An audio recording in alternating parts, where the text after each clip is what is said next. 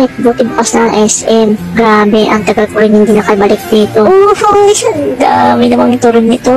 Tamang-tama at meron ng paborito kong turon. Pumunta muna pala ako sa cashier para makapagbayad ng turon. Magbabayad ka muna, pagkatapos ibibigay sa yung resibo. Tapos yung resibo bibigay mo doon sa tindero ng turon. Alright. Naamoy ko, bagong luto. Naalala ko, dati 15 isa lang yung turon. Ngayon, 25 na. Wow. Hindi ka na makakamura. Mapapamura ka na. Kanina nga pala, pagdating ko rito, walang tao. Kaya tinanong ko si Manong Guard, asa nang nagtitinda. Sabi, teka lang, kasi wala pa. Nandun pa sa malayo. So ako naman, nagantay lang ako sa tapat ng turon dahil ito ang unang pagkakataon kong pumunta ng SM na may turon. Kaya hindi ko na pinalagpas ang pagkakataon ito. Kabubukas lang pala ng SM kaya marami pa siyang tinda ngayon.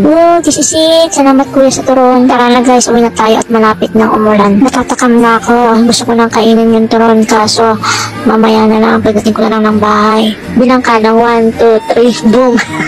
Nilalantakan ko na yung turon. Dalawang klase pala ng turon yung binibenta nila, isang ube at saka isang langka. Ang pinili ko langka. Sa mga oras na yan, katatapos ko lang mananghalian. Pero hindi ko na napigilan ng sarili kong paabutin hanggang merienda kaya nilantakan ko na.